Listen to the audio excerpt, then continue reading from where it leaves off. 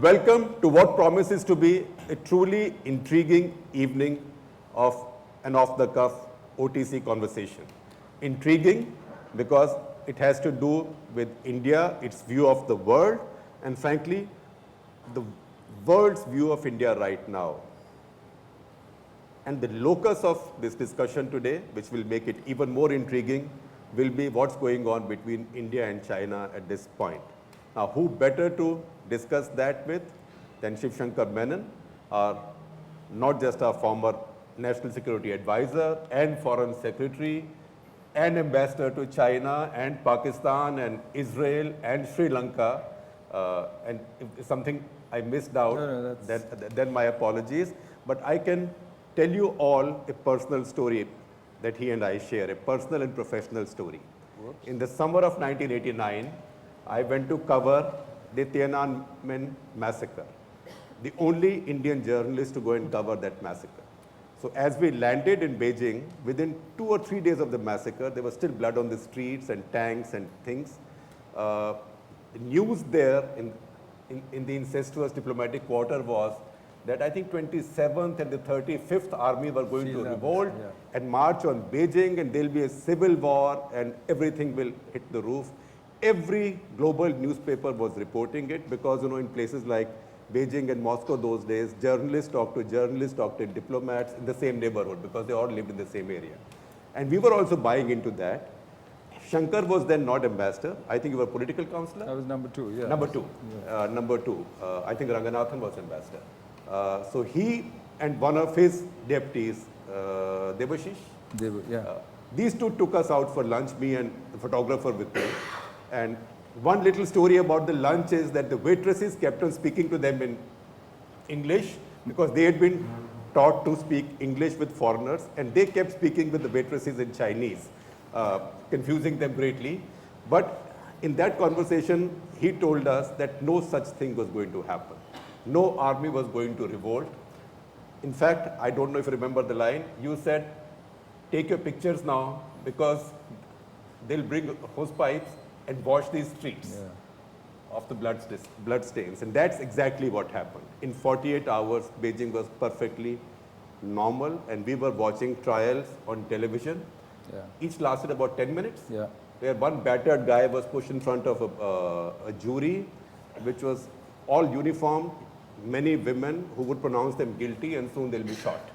And the problem was over. So we were saved from making the same mistake that the entire world's media made because we had smarter diplomats in Beijing than anybody else. So I'm so glad that today we have Shankar to make sense of China. So that's our personal professional story. To help me, because my knowledge is not very current about these things anymore, Pranab Dhal Samanta, editor at ThePrint. He's my comrade and friend for a very long time, and now we work together and counting on him to redefine Indian journalism. Oh, that's a bit too much. And we do this conversation together. So Shankar, before we get started, since you've been accused by my producer of speaking very few words, and I speak too many, so why don't you hold forth for a couple of minutes, just survey the state of the world from evil Lutyens Delhi. Okay. Yeah, well, for an Indian, why do we bother about the world? Because if you want to transform India, if you want to make India a prosperous, modern, strong country where people can achieve their potential, then you need the world. If you look at history, whenever we've done well as a country, it's been when we're most open, most connected to the rest of the world. And there is no way that, given our resource endowment, we don't have non-ferrous metals, we don't have energy, fertilizer, you name it. Given the way we are, where we are located on the crossroads of the world, it makes sense for us to actually be engaged in the world, but also to try, if we can, I mean, our capacity is limited still, to shape that environment so that we have an enabling environment for ourselves. The trouble is, if you look at the last few years, since 2008, since the crisis, it's actually got much worse for 4 big reasons. One is you have classical geopolitics back, the balance of power between the big states. I mean, you had a unipolar moment when the US was clearly dominant in every area, whether economics, politics, and so on. But now, economically at least, the world is multipolar. And what the Chinese achieved is nobody has ever achieved before. But so the result is, well, whereas the US has tremendous political, military, soft power dominance, and there's no sign of that going away, but the Chinese have an economic power which they're using for geopolitical purposes. And you see all the signs of geopolitics. You see contention between great powers, you see territorial disputes, you see the global commons, whether it's outer space, cyberspace, high seas, all contention, South China Sea, East China Sea, wherever you look. So that's one problem. Secondly, globalization's got a bad reputation, even in its home. I mean, and across the world. So you actually have a pushback against globalization, which from your point of view means more protection. In fact, WTO says that in the last 5 years, you've seen more protectionist measures than you saw in the 20 years before 2008 across the world. So if the world economy is being broken down, it's fragmented, just like the politics is fragmented. It's becoming regional, local. RCP is now the only game in town. The US has pulled out of TPP. Thirdly, you have a very strange situation where governments in the big countries, their actual capacity to deliver has gone down. Everywhere. I mean, this is in the US, it's in China, it's in India, it's a capacity to actually deliver on reforms, to change things, to run people's lives, to control the economy, society, whatever, is less today. So what happens? You have leaders promising more. You get this situation where, and it started really with Abe, then with Xi Jinping, and then across through India, Turkey, Erdogan, Putin, and Trump. I think the West actually learned from Asia. You have authoritarian, centralizing leaders who depend on nationalism for their legitimacy. Can I insert something there, like a narrator? When you get bored in this cast of characters, there's always Duterte. Yeah, you have big and small ones. But because they're centralizers and they're authoritarian, they have a very different way of running this world. Their capacity to make the compromises and the bargains and to negotiate that you have to do in a world that's actually more complicated is much less. So you have actually a much higher risk. And the last problem is, from your point of view as India, you see a sort of low growth, maybe no growth, world economy for a long time to come. And this, you've reverted to historical mean, actually, in terms of growth, and if you look at the global economy. And the only sources of growth are precisely those places like China and so on, where you actually have political issues, you have other problems to deal with. So you're dealing with an uncertain, complicated, difficult world from your point of view as India. So that's really the problem. How have you figured this out? My worry is that we're still doing all the things we got used to doing in the good days. But we're actually in the bad days. It's time you figured out a new strategy to deal with it. And I don't think we've had that conversation at all. And that's what really frightens me.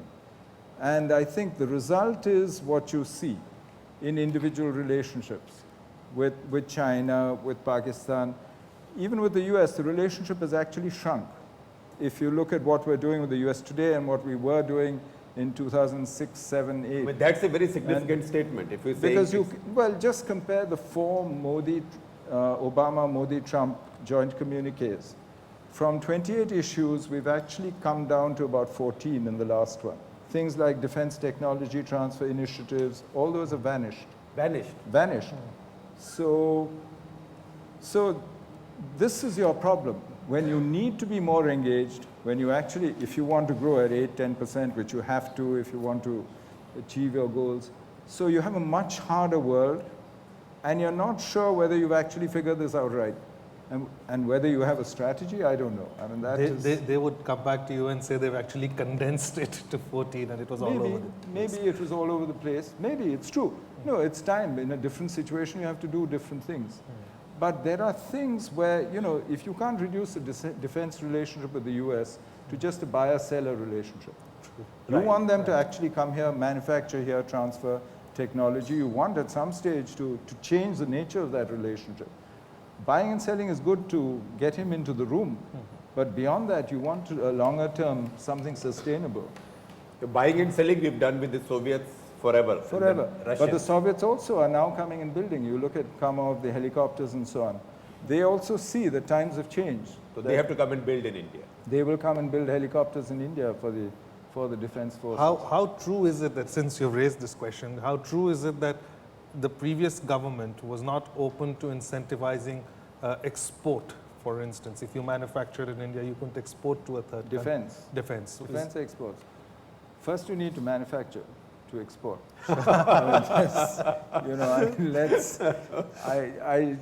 And I don't think, in our case, you see, defense is a peculiar business. It's government business. Government is all ends of the business. It's not only at the manufacturing and the control of the technology, but it controls who you sell to. It's the main purchaser. It's everything in this business. So I don't think defense, you can apply the same rules that you apply. So just saying I'll open to DFI or, you know, I'll open to exports, sell to anyone you like, it's not a very good idea because frankly, your enemies will then know exactly what you have. Right. I mean, they'll get their friends to buy from you and pick it apart, and they'll know exactly how to deal with you. So it's not a normal business at all. And in every case, it's very, very regulated and very organized. So I would treat defense as a case apart, which needs special handling and a special sort of set of rules for it also. I think it's dangerous to take your normal everyday habits. It's not like toothpaste. But just to put this, bring this conversation a little bit. I think we have two soft speakers. This is TV. I mean, I'm not saying you scream like some of our Commando comic channels, but a little bit louder. So we all are learning. So we had once upon a time, and not too long ago, when you used to actually say that imagine a person who's got a lot of money, say someone living in Gurgaon, and then he has a lot of wealth, he has a big house, and then he has a big car, and when he goes and crashes that car, he actually wants to go and pick up a fight just to show that he has a big car and he suddenly got all this wealth. And that was very much China. I thought you were talking about Haryanvis. But that was the corollary we used to actually talk about. But today, how has that China changed? Is it that same brash China? Or are we now actually sharing a border with a global superpower, and we are probably Canada in the equation? No, I think China is not a global superpower in a military sense or in a political sense. I mean, China doesn't determine what happens in the Middle East, doesn't determine what happens in Europe and so on. In fact, doesn't determine what happens in Afghanistan either. China is a regional power in political, military terms, and frankly, in terms of soft power, the only people in the world who think as highly of the Chinese as the Chinese are Pakistanis, according to Pew. Right. I think about 60% of Pakistanis think China is wonderful. Nowhere else in the world. So, but in economic terms, China is a global power, is a global superpower. And I think that's part of the problem. The other part of the equation is, you know, how do rich people react? It's difficult to say. I mean, there is the other argument that the rich man in the village never gets into a fight himself. He gets other people to fight for him. And what's the point of being rich if you... But what's happened to China now is they see the environment getting tougher. They see their own growth slowing. They have, as I said, legitimacy has moved from communism to getting rich, but now that the economy is slowing, to nationalism. So, and they are more and more convinced that their future depends on the rest of the world. So they will go out and shape that world, and they have the means. After 30 years of nearly 10% growth, being the second largest military spender in the world, they have the means to go out and influence it. They've started a military base in Djibouti, the Gwadar they have. They will, you know, the PLA navies are in the Indian Ocean, in the Western Pacific. South China Sea, many people now say, is now the South China Lake. So you need to actually expect them to go out much more and try and shape that environment in their favor, because their own future depends on it, and they're convinced of this, that they are not going back into their old little shell.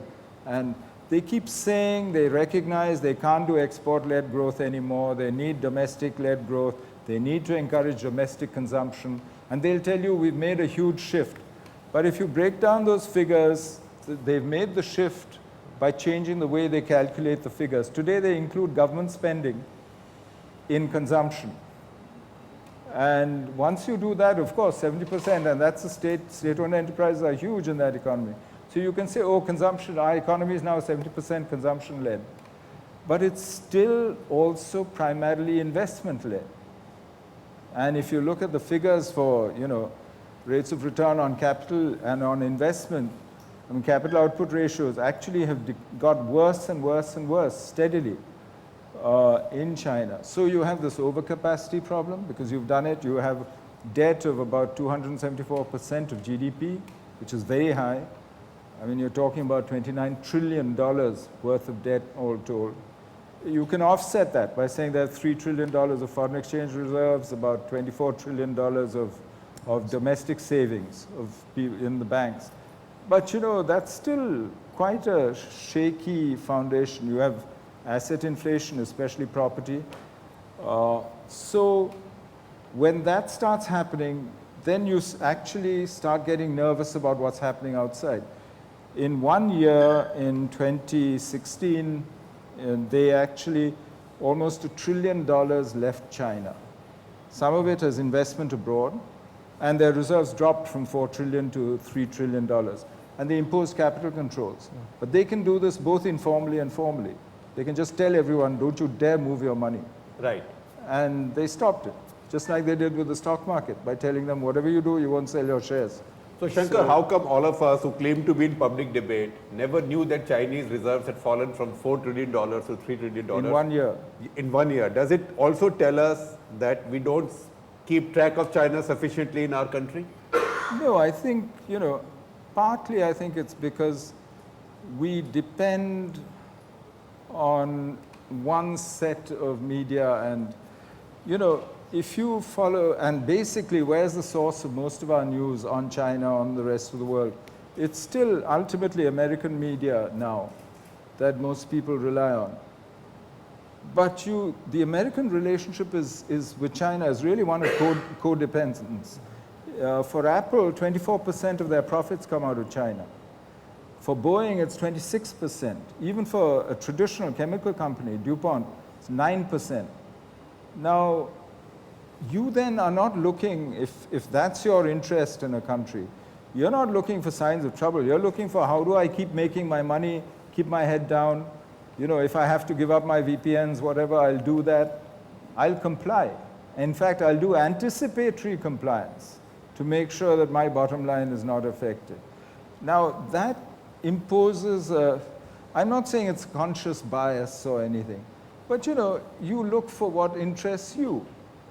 And for us to look at China through other people's eyes, I've always said, is very dangerous because they have different interests from yours. Yours is a much more complex relationship. And, they're your biggest neighbor. You have the world's biggest boundary dispute with them.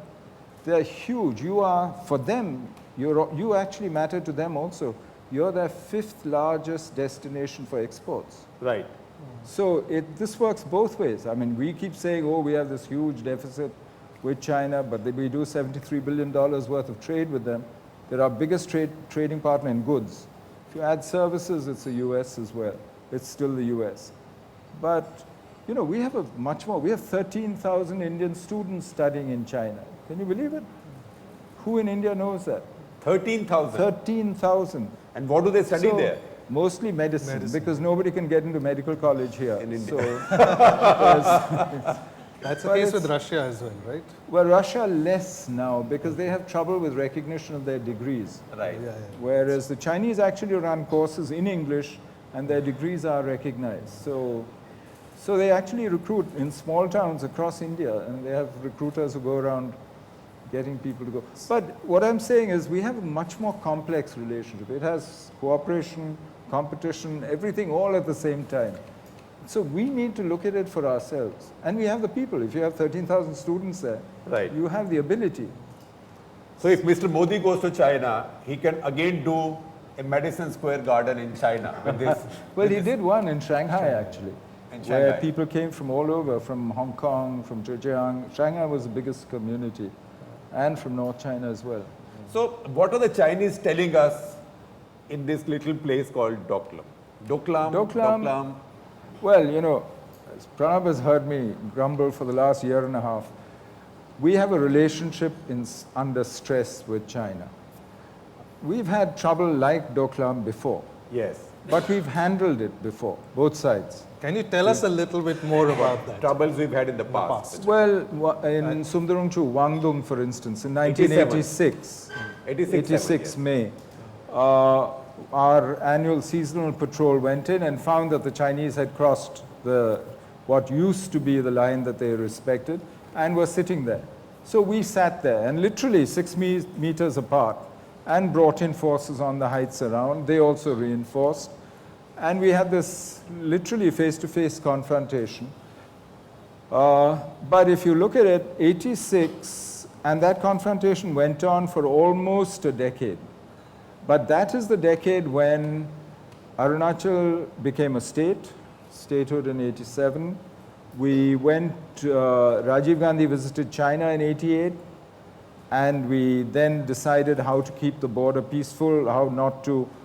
In 1993, we signed the Border Peace and Tranquility Agreement, and we managed that confrontation without bloodshed, because both sides wanted to, but neither side could back off without losing face until we'd done the agreement, and then we worked it out so that both of us disengaged, essentially, in that area. But you know, these are symptoms of a relationship in stress.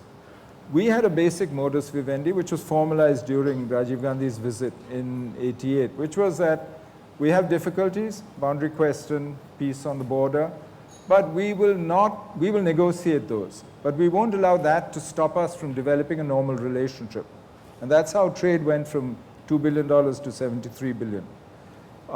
And we will cooperate where we can in the international arena. So whether it was WTO, whether it was climate change, you know, things like that, where you had some common Very interest. importantly, at the Human Rights Commission. Human Rights Commission, we had trouble. But anyway, we worked together. But that sort of worked. We didn't get in each other's way, and it sort of worked for almost 30 years. But I think things have changed fundamentally. China has changed, we have changed, the world has changed. And obviously in the last 2 years or so, that modus vivendi is not working. Look at NSG membership. In 2008, they were not going to be the only one to stand up and oppose your getting the exemption. But by the time you came to 2015, they were willing to announce before the meeting that there was no way they could go along with this. And they were willing to stand alone against it, That was a shift. That was a big shift. Masood Azhar, listing. These are all symptoms, Doklam, how you handle a standoff. You will have standoffs as long as you both think the area is on your side of the line or you have a responsibility. So just come back to that old question, how has China changed in that sense? Is it more nervous today? No, China's definition of its own interests has grown. I mean, in the past, in 20 years ago, they had only 2 core interests, Tibet, Taiwan. Today, they have South China Sea. Now you hear what Xi Jinping is saying about the sea lanes leading to China, his speech to the PLA, for instance. Now he has a much broader idea of what China's interests are. But you know, so have our interests grown. Our definition has also grown. And because if you think of it, 91, what was it? Less than about 18% of your GDP was merchandise trade. By 2014, it was 49.3% of GDP. That's almost half our GDP is external merchandise trade. And more than half of that went east, whereas in 91, most of it went west. So suddenly for us, freedom of navigation in the South China Sea becomes an interest and becomes an important interest for us. And you rub up against China, because China now defines South China Sea as their first letter to the UN was in '96 saying that 9-dash line belongs to them. So they can now create islands. So their definition of their interests has grown. Your interests have also grown as you've grown. Well, they can create islands in South China Sea and also in East China Sea, whereas we can't build a coastal road in Bombay. Well, now we say we can. And we've done the ceiling. Let's see. It's going to be, let's see what, because I think for us, we often forget that if you look at India in the last 30 years, by every metric of power, you have improved your position against every country in the world except China. Only China grew faster than you and accumulated more power faster than you did in the last 30 years. And I think that's part of the source of our problem. So basically what you are saying is that India narrowed the gap between any other everyone country. Else. Every other country Either that was ahead of us. Or, but with China, the gap increased. China is the only one where the gap has actually increased. Question, Rupa? Somebody get the microphone to her. Okay, so I'm Rupa Subramanya, and so my question is, you know, in bringing it to the current context of this ongoing issue with China, there are calls for boycotting Chinese products in India as a retaliatory response to the aggression. I wonder what your thoughts are on a potential boycott. I personally think a voluntary boycott would be fine, but anything coming from the government would be, you know, wouldn't make much sense. But I would be interested in knowing what you thought about that. Well, I don't think, as you said, an organized, you know, boycott declared by the state, I don't think that's going to change Chinese behavior in Doklam. I mean, that for the Chinese is an issue of sovereignty and territorial integrity. And I don't see how, it might make you feel good, you know, that I've done this. And as you said, that's an individual choice. As it won't change ours on any issue of sovereignty. Yeah, I mean, where have we, sanctions have never worked with us. I mean, we went through a whole 28 years of sanctions. Yeah, in fact, all of science and technology was denied to us for almost 3 decades. And it actually did us good because we did a lot of work ourselves. No, I'm not sure.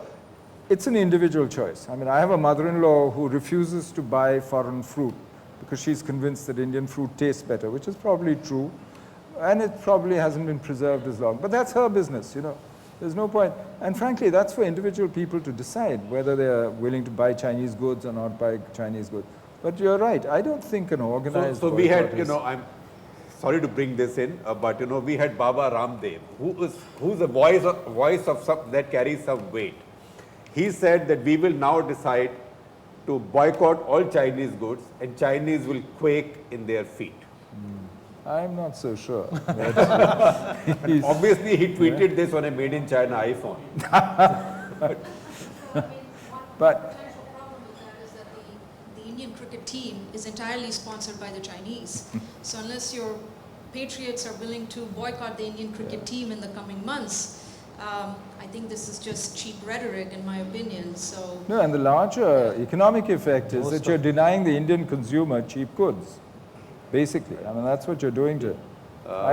And you know, if you look at it, actually, whether it's telecom, whether it's power, there's a whole set of fields. All your digital pay platforms, one way or the other, there's Chinese involved in them. It's not, I'd be very nervous about going down that route. And I'm not sure that that's a good state to either arrive at. Supposing you do manage to cut all your economic links with each other, you've actually removed one restraint or one restraining factor in his mind.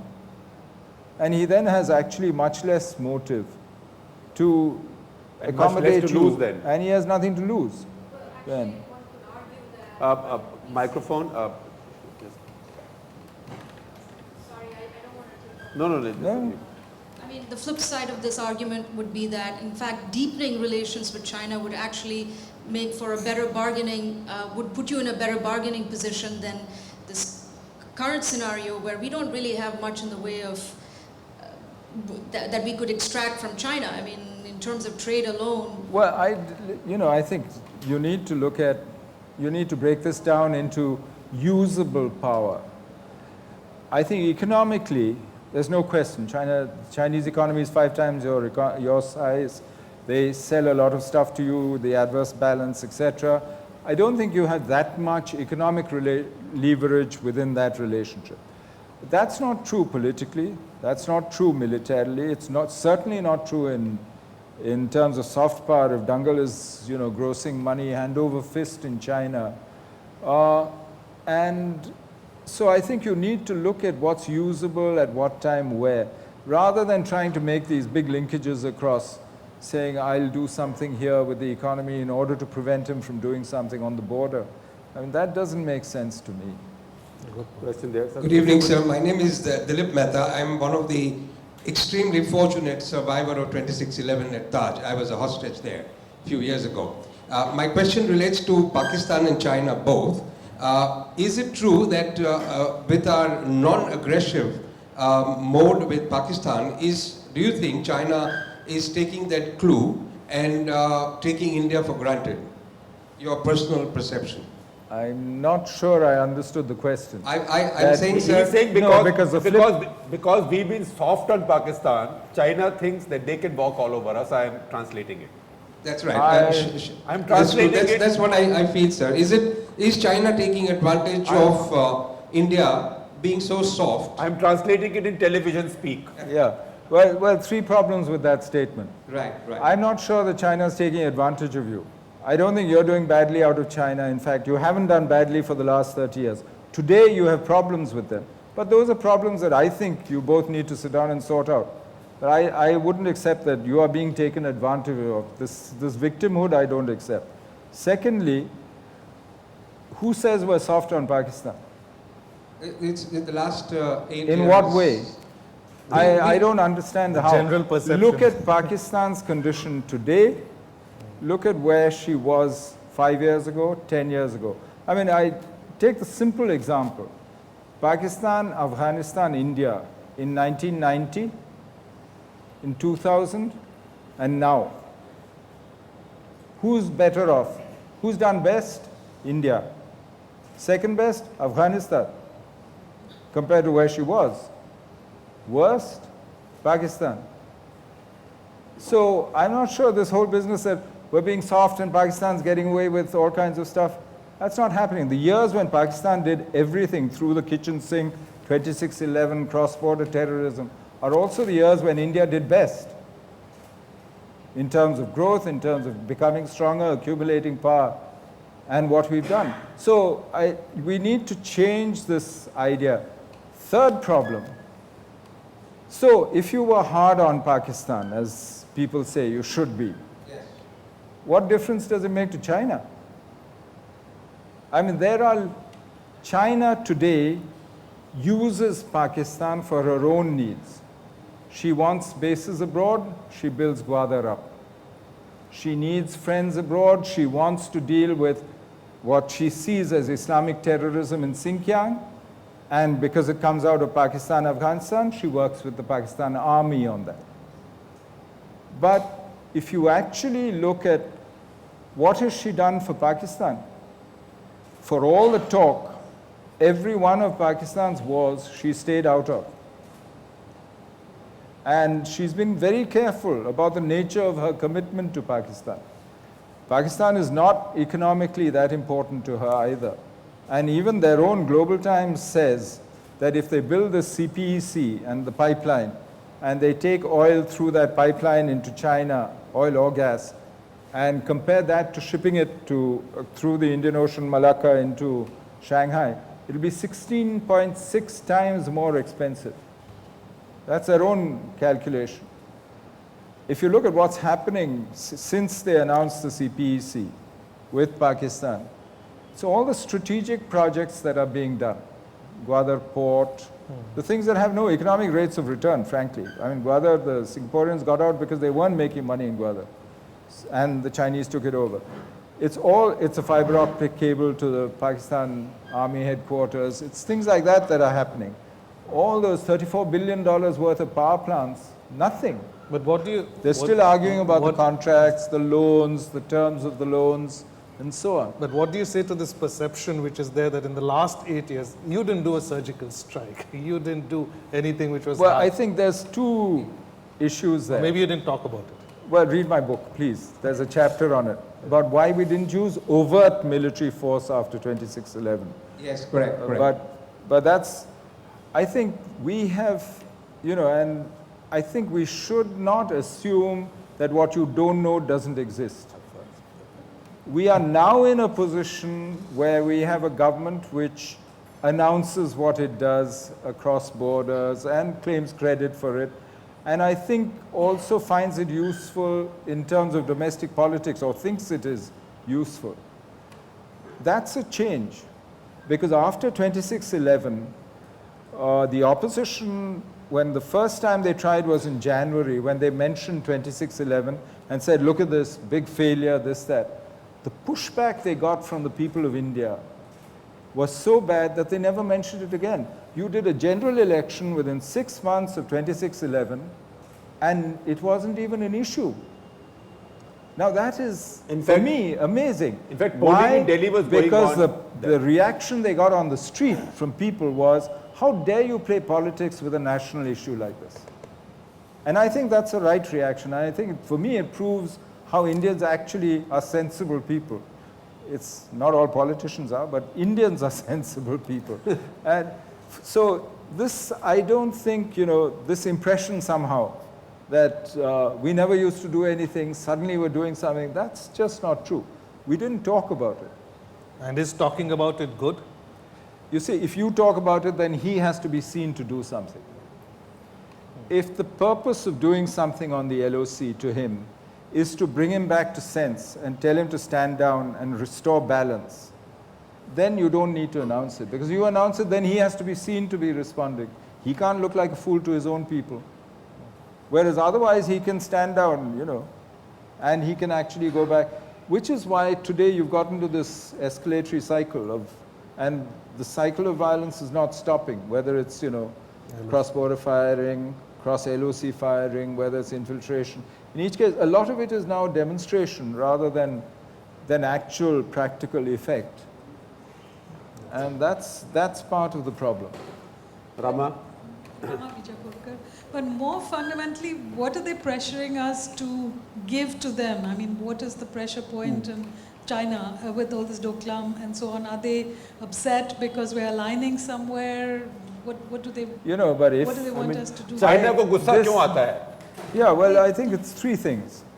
One is, you are the only one who didn't go to Belt and Road, who don't accept the narrative that the Chinese are saying, that, you know, China's primacy is a return to historical norm. There was 100 years or so of Western dominance. That's an aberration. And, you know, it's time that we built this China-centered order which will work. You're one of the few people who publicly says, no, I don't think this is true.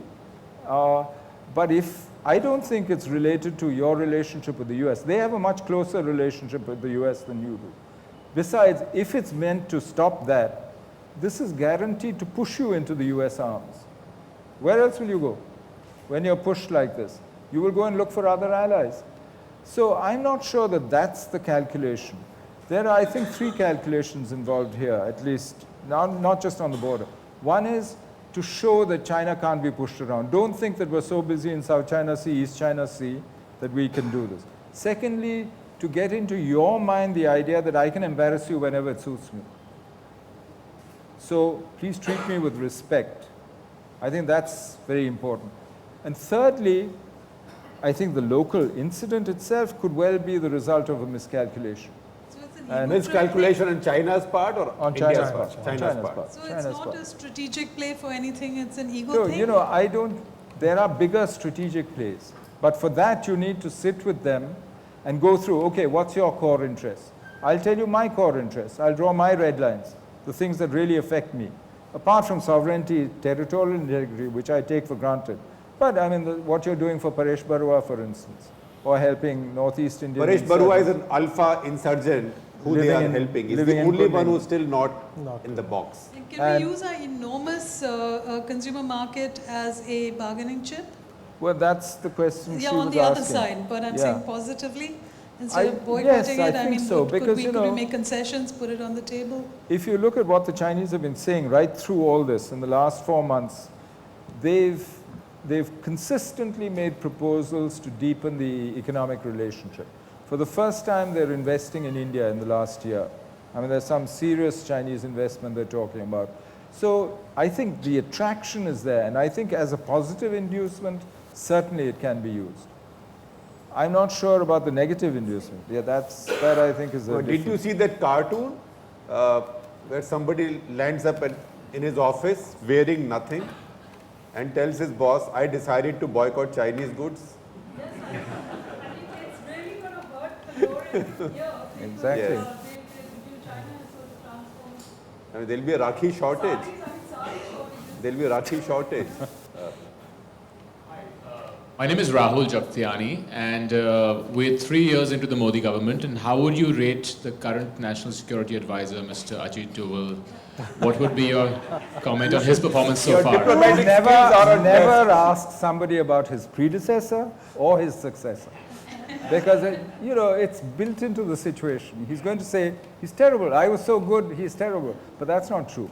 I mean, he's doing the job his way. You've had 5 NSAs so far, each one completely different from the last. And each one has done the job in his own way. And each government has wanted to do the job differently. It's worked differently. So I don't think it's fair to say, you know, what one thinks of him. So can I ask you a Delhi question on this, a Lutyens question on this? That since the institution of NSA was created by Vajpayee government in 97, it's now been 20 years. Yeah. How come? No. Anyway, yeah. Pardon me? Almost, yeah. Almost, yes. How come this position has only been held by IFS and IPS and never by IAS? What can I do if we're so good?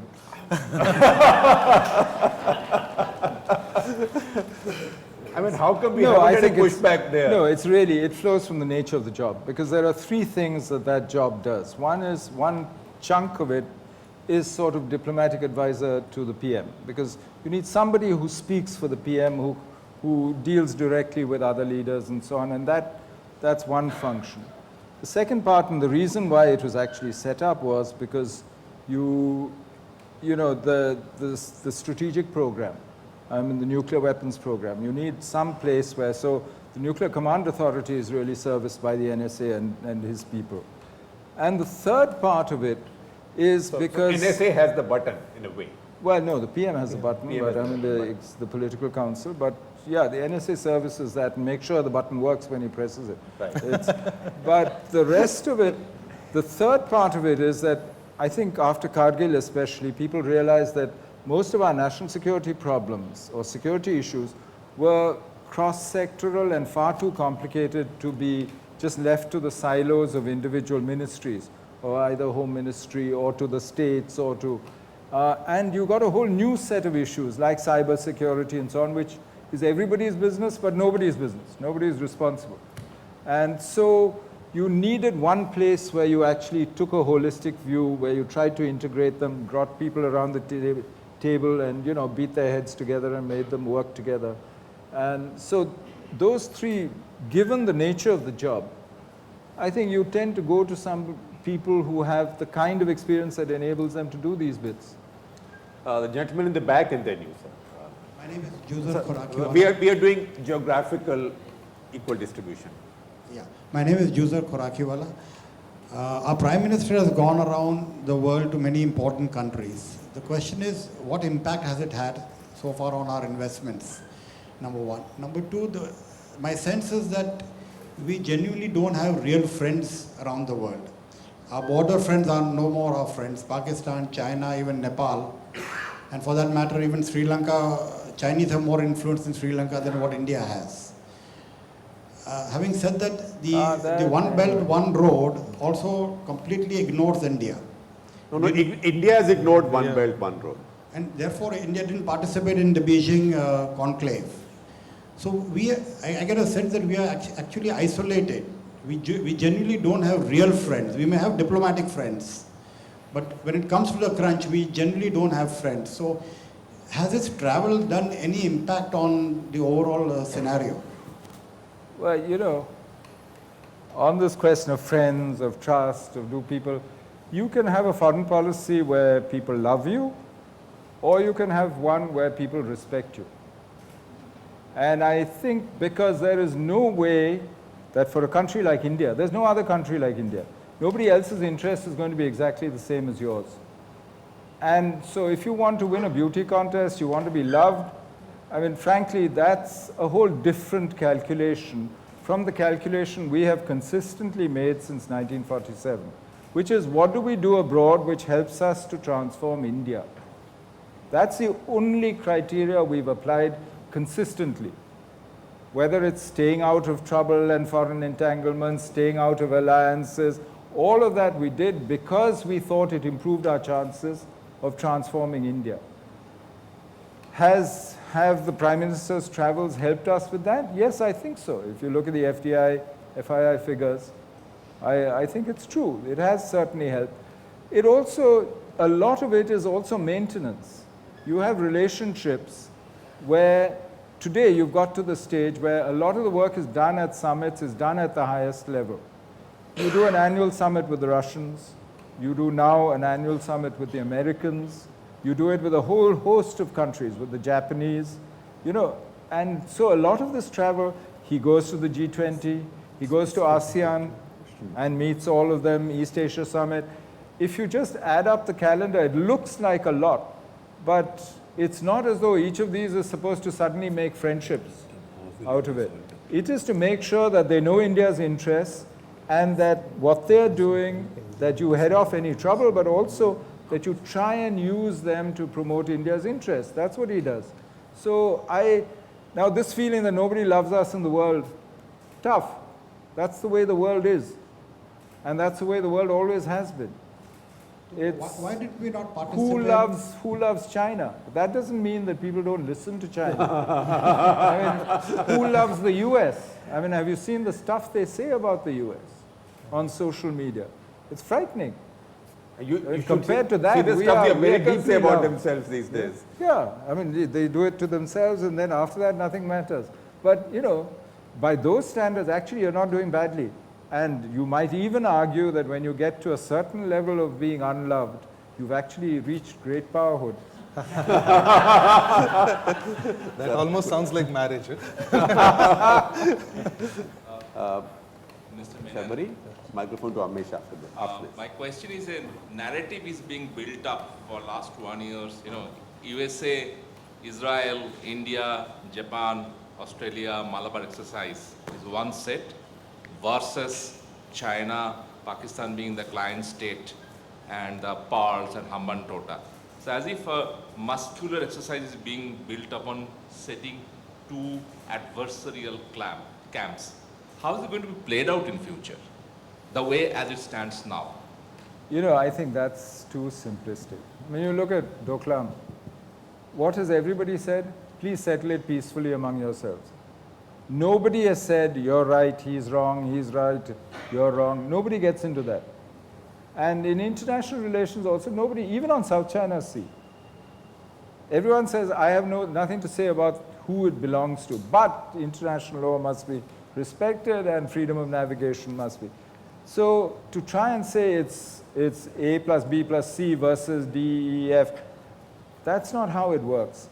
Today, you live in a world where each of you is not just trading with each other, but is invested in each other, is connected by technology, by a whole host of, it's really an interconnected world. There's no way that you can just cut yourself off and say that I have nothing to do with this lot and we're two antagonistic camps. That's the big difference from the Cold War. I mean, the Soviets and the Americans did almost virtually nothing with each other except argue and yell and negotiate. Whereas, look at China and the US.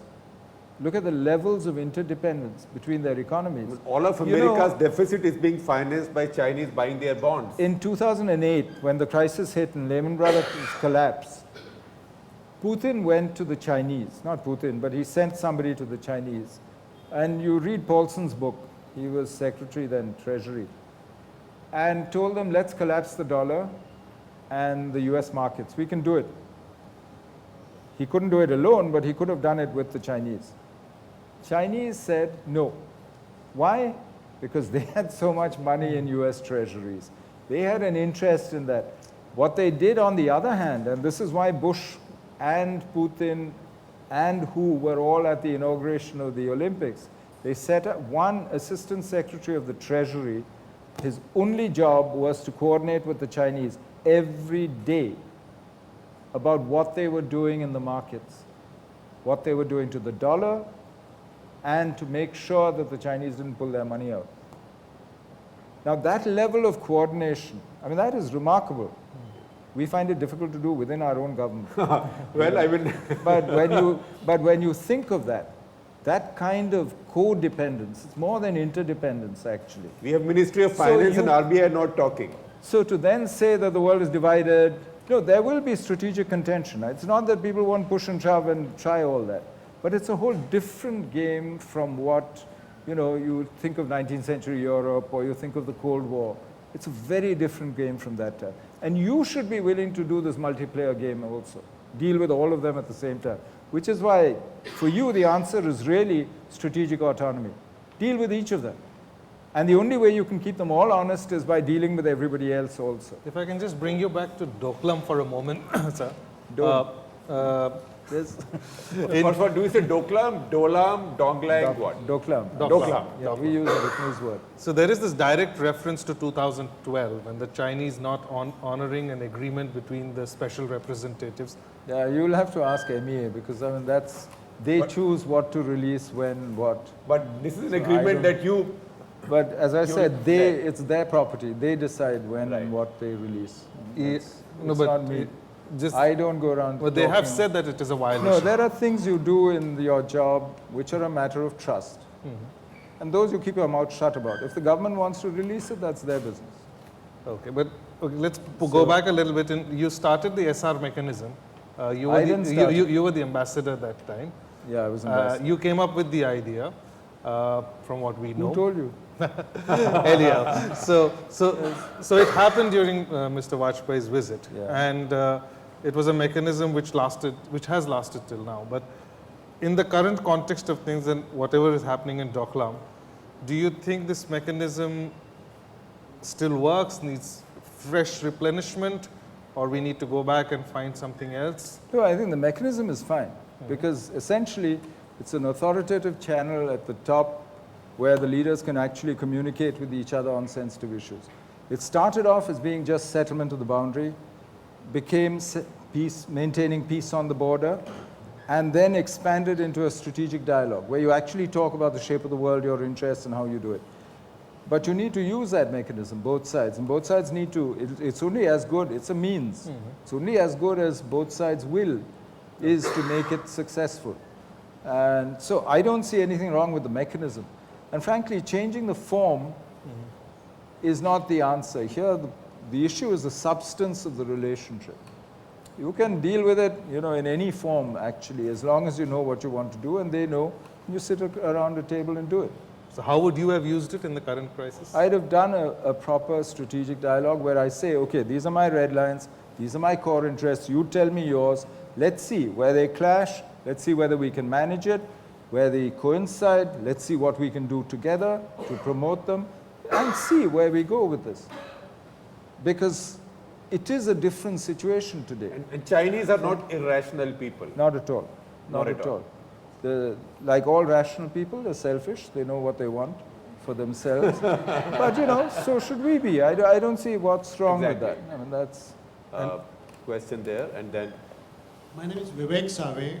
Actually, two questions. Sir, microphone closer. And two questions. One is, how is this government different from the earlier government, from the external relationship and the security point of view? And the second question is, how about internal security? The Kashmir, the Northeast, the Naxalites, is it changing, and how are we placed there? Yeah, well, on foreign policy, I think there's been a great deal of continuity, actually. But no government likes to say that they are doing what their predecessors did. Everybody says, I'm new, I'm better, I'm improved, whatever.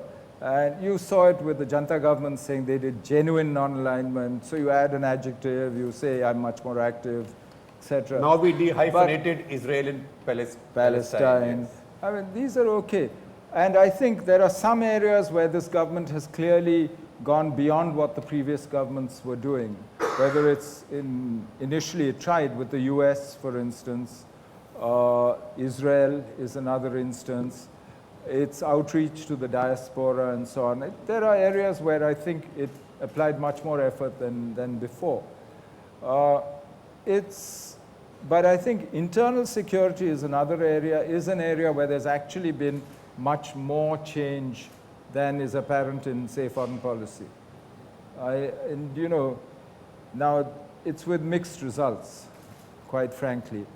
And I think it's too early today to say where we're going in Kashmir with this. I know a lot of people are very worried about the situation in Kashmir and how it's going to be sorted out. But the Northeast is not really a problem anymore. But the biggest problem you really have is left-wing extremism.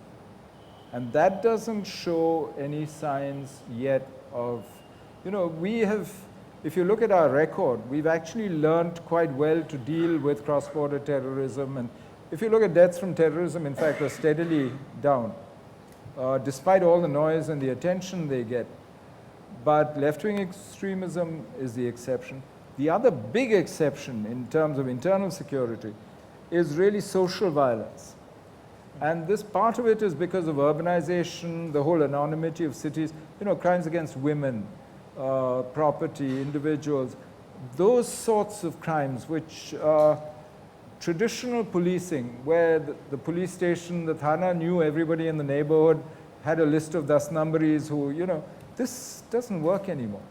I mean, with this kind of mobility, with this kind of urbanization, there's no way that, and I don't think we've reformed policing to the extent that we should have. Everything else, the army actually has gone through waves of reform. After 62, I mean, defeat is really the best teacher. But even after Kargil, at each stage, whether it's intelligence, the army, and the external parts of intelligence and so on have no choice because they're up against the best in the world all the time. So in a sense, they're forced to keep changing and evolving. But you know, internal security is one area where we haven't quite shown the same ability to learn from our own experience and to reform and change yet. Now, I don't blame, you know, this government, that government, so-and-so did more or less. I mean, the Supreme Court told us in '96, mandatory, that we had to do police reform and approved a whole list of things that we were supposed to do. States just haven't done it because they don't see a political interest in depoliticizing policing, essentially. And it is a state subject still. But until we do that, I think we're going to continue to leave space for these kinds of things. You were one of the few people, I remember in 2011 or so, who flagged off incidents of communal violence growing in the country. They started going up in 2011. And if you look at the figures, actually, they've steadily climbed since 2011. So 2014 is not the turning point, 2011. Actually, it's 2011-12, I mean, that right. Year is when it started going up. And what but do you... that, you know, some of it you could say was because of local political reasons, whatever. But as a trend, it's a worrying trend. And it's up. It's up. It's up. There's no question. Okay. So, what are your views in the tell us your name and what do you My do? name is Hardik. I'm in the 10th standard. Okay. So, what are your views on the permanent membership of India in the Security Council, United Nations Security Council? But since I'm a free man, I can tell you what I personally think. It's a beauty contest. You need 5 permanent members and 128 members of the UN to vote for you. If that's where you want to go, if you think that's so important, good luck to you. You want to be Miss World, that's your business. That's not my idea of what India should be chasing. Amish? Hi, my name is Amish. I read an article recently that one of the problems historically for rising powers is overreach. And the article had a supposition that perhaps China is overreaching. There was this they'd shown some analysis that OBOR is actually not economically justifiable. Transporting goods from all the way from China to Europe on rail is far more expensive than the shipping route. They've picked fights with almost every country around them. There is the corruption purge is more of an internal civil war. They are facing serious economic issues as well. I was a banker, so many on the finance side have been tracking the flight of money. Much of it apparently is dissident Chinese with the fear that we're going to be purged, let's get our money out, let's get our families out.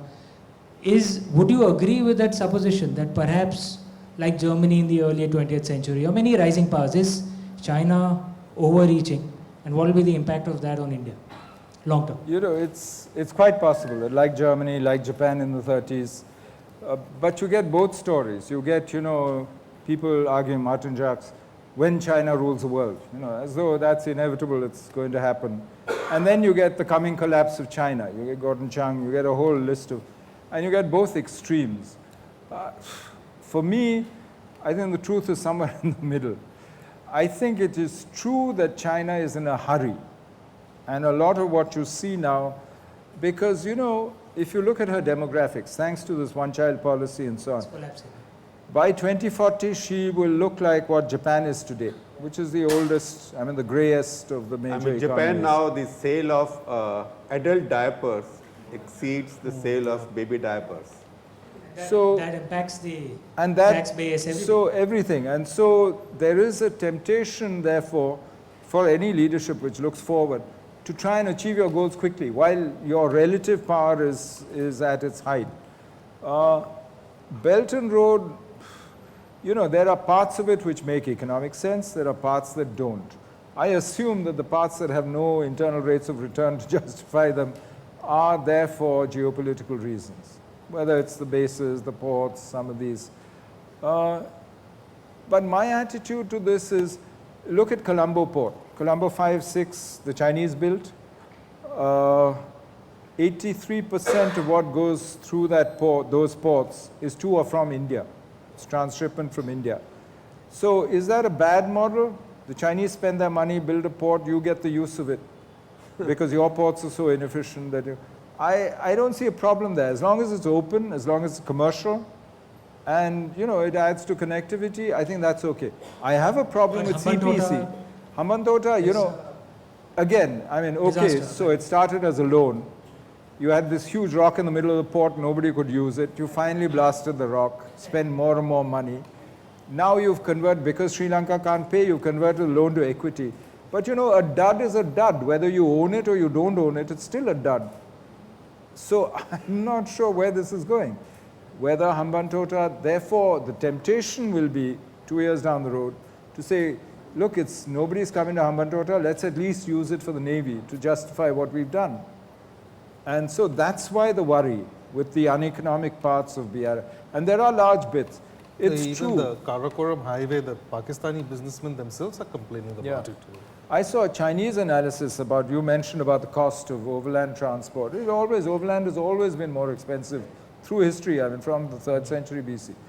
But if you get the Chinese arguing that once Arctic melt happens with global warming, you know, there's no way that any of this is going to work. If Arctic melts happen, then trade will be the least of our problems. Exactly. Yeah, that's certainly sitting in Mumbai, it's going to be, no, but for the Chinese, Shanghai, it's a huge problem. Yeah. But I think some of the new islands they've created will also disappear in South China. The problem will go. Jerry, and we'll take a question from Ruhi, and I think we'll have to call it a day. Changing gears a little bit. North Korea, especially given their this is the one and only Jerry Rao. Very close relationship with Pakistan. We're old friends. In terms of nuclear exchange and so on. Should we worry about what is happening now? They've tested more missiles in 12 months than in the previous 10 years or something. Yeah. Some outrageous figure like that. I think we should worry. We should worry not so much because North Korean weapons are a threat to us. They have other preoccupations and other people they want to threaten. But because of the consequence of it, you know, it's very hard to see a situation where, I mean, what are the options? That denuclearize? after they've seen what happened to Gaddafi, who gave up his weapons, or to Saddam Hussein, who claimed to have weapons and didn't, and they've seen what happened, the kind of regime change that they underwent, they're not going to give up their weapons, no matter what, whoever tells them to. And frankly, I don't see the Chinese deciding to pressure one of the only remaining real communist regimes left in the world. It's not a good example for them to set their own people, that they, what's the other option? Freeze, like in the Iran case? But they are way beyond what Iran has done. They've actually done 6 nuclear weapon tests, the ballistic missiles you mentioned. I mean, they are a nuclear weapon state in being. So for me, the logical consequence of this at some stage is South Korea goes nuclear, Japan goes nuclear. And that changes the whole dynamic of deterrence, but also the defense dynamic in Northeast Asia, because it affects Chinese interests, it affects US interests, and it affects really the whole, and that's a much more worrying prospect. For me, therefore, it's more the consequences and the fact that it's very hard to foresee a simple solution out of this, or a way out of today's situation with North Korean weapons. So let's see. I mean, but we should worry, I think, about the consequences, not so much about here's a direct threat or here's something we need to. Ruhi? We've increasingly seen China openly back, say, KP Oli in Nepal, or Rajapaksa in Sri Lanka, or Yamin in the Maldives. All these forces can be seen as being unfriendly towards India. Given China's increased political intervention, we've worked with all these people. They can be. The perception is such. Nobody is permanently anti or pro anything. But should we worry about China's increased political intervention in the region? As I said, they will be much more engaged abroad because they think the abroad matters to them, just like we will be much more engaged. And we should be. It's in our own interest. I said at the beginning that what we're going to do is going to get involved. But for God's sake, don't go around labeling people pro-India, anti-India, friend, enemy. I mean, they're politicians. They want to come to power. They want to stay in power. You are only part of a means to that. And your collateral damage when you get hurt. Otherwise, so for God's sake, don't go around thinking of people in those terms. Everyone you mentioned has been a good friend of India and has worked with India very closely, whether it's Rajapaksa, whether it's Oli. I'm sure they'll do it again in the future. In the back, I know you've been raising your hand for a long time, so we are out of time, but still. I'm Ajoykant, and I'd like to ask you if whether blocking investment from China, mega investments into power projects and so on, would it be like counterproductive? Thank you. I really don't know, because we've blocked, for instance, that pharma investment recently. I'm not sure. Pharma. Yeah. I'm not sure that's going to change Chinese political military behavior. I don't see the link, actually, between the two. You look at China and the US, I mean, the experience of the US cutting Chinese companies out of all those port development projects. It didn't change Chinese behavior in the South China Sea or what they were doing. So I'm not so sure that these linkages actually work. Thank you. It actually, what it does is it raises the cost of doing business from their point of view. So they charge you more somewhere else. I think this is the last question, but I wanted to just expand. If you introduce yourself. My name is Arun Chogle. I wanted to expand the landscape of what we've been talking about, and it's a question about Trump and the Trump administration. At the beginning of the year, he was, by one of the big think tanks, said he's the third or fourth biggest risk to global security and global economy. How much of that is playing out, and how do you see this whole nationalism, America First theme impacting global security and economy? It's interesting. I mean, Trump's ultranationalism is more in terms of a withdrawal from the world, is disengagement. Whereas you see ultranationalism in India, in China, in emerging economies, it's about how much more we go out and try and shape the environment around us. So I think there's a distinction there. Because in Trump's case, it goes with deglobalization. It goes with a lack of interest in maintaining the global order, things that the US used to do, and in maintaining the balance of power, not even being a balancer abroad in the regional balances that constitute the world. So if that's the case, then what you're watching is actually a slow withdrawal. But you know, the same system that gave you Trump 4 years before gave you Obama. 4 years from now, God knows what it will give you. But you look at the momentum of US policy. You look at, because the US is a state which is designed to fail, literally, I mean, for its checks and balances. There's a whole set, it's fly by divided. wire. It's not designed to fly. And so if the White House isn't doing what it should be doing, other parts of the US system do. So it's not quite so, you know, it's not just, oh, here's the president and suddenly the US turns 180 degrees. And you've seen it happen on Russia policy, where he came with one set of ideas. And you've seen it happen on a series of policies, actually. Let's see where this goes. Because Trump also represents a broader wave of opinion. It's not only in the US that you get this anti-globalization, this kind of nationalism, this America first, this smaller idea of what the role of the state abroad should be. It's also happening elsewhere. So I'm a little nervous to actually ascribe too much to Trump, you know. I mean, yeah, he's a wonderful figure and he's a colorful figure and, you know, you can tell wonderful stories and great tweets about him. But, but he's not the driver of what's happening in the world around us today to the extent that previous presidents were. And I think there are other things that we need to worry about more seriously. Like what? Like the things we've been talking about. Right. About what's going to happen to the world economy, because how do we transform India if that, how are we going to arrive at a new balance of power in the Asia Pacific? What kind of security systems do you need to take care of maritime security, to take care of cyber, to take care of these things? I mean, these things really matter. And in our case, internally, I think we really have social and other issues that we need to sort out for ourselves, which I think are serious. Shankar, before Pranab asks you the closing question, 1967, that was the last time we had a skirmish with the Chinese in which lives were lost. Yeah. And shots were fired in anger. Well, last death was 75, but by accident. By accident, yes. But shots fired in anger was 67. Yeah, Nathula. And it was pretty much in same general area. Close to this, yeah. So how did that change? How did that impact India-China relations after that? And well, what will happen if something similar were to again happen? Well, that's the point.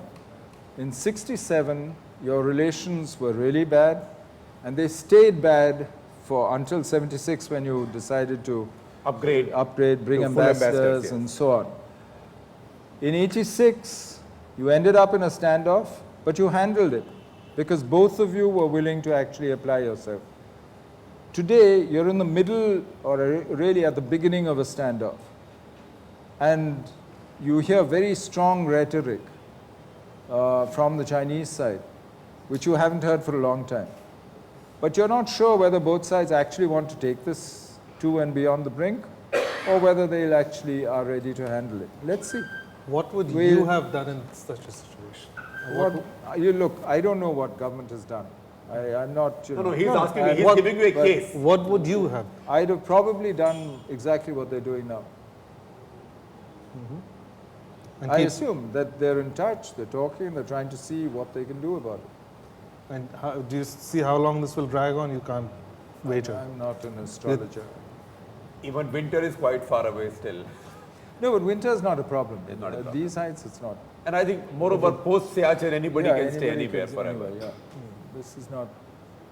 Yeah. So, but I'm amazed at the level of commentary, and everybody speaks with such confidence about what's going on, and that yes, now it's down, now it's up, oh, it's risk, it's no. On what basis?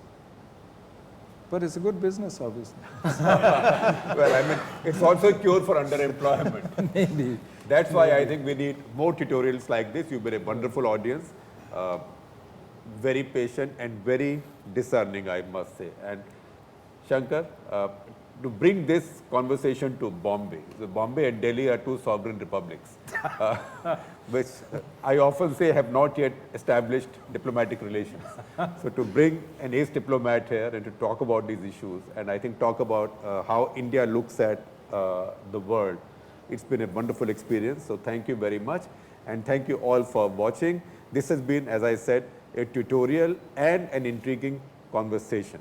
Nobody should do crystal ball gazing. All I can say is maybe 3 months later, we can again catch hold of Shankar and do yet another one on what's changed since. So thank you very much, and come back to the next OTC.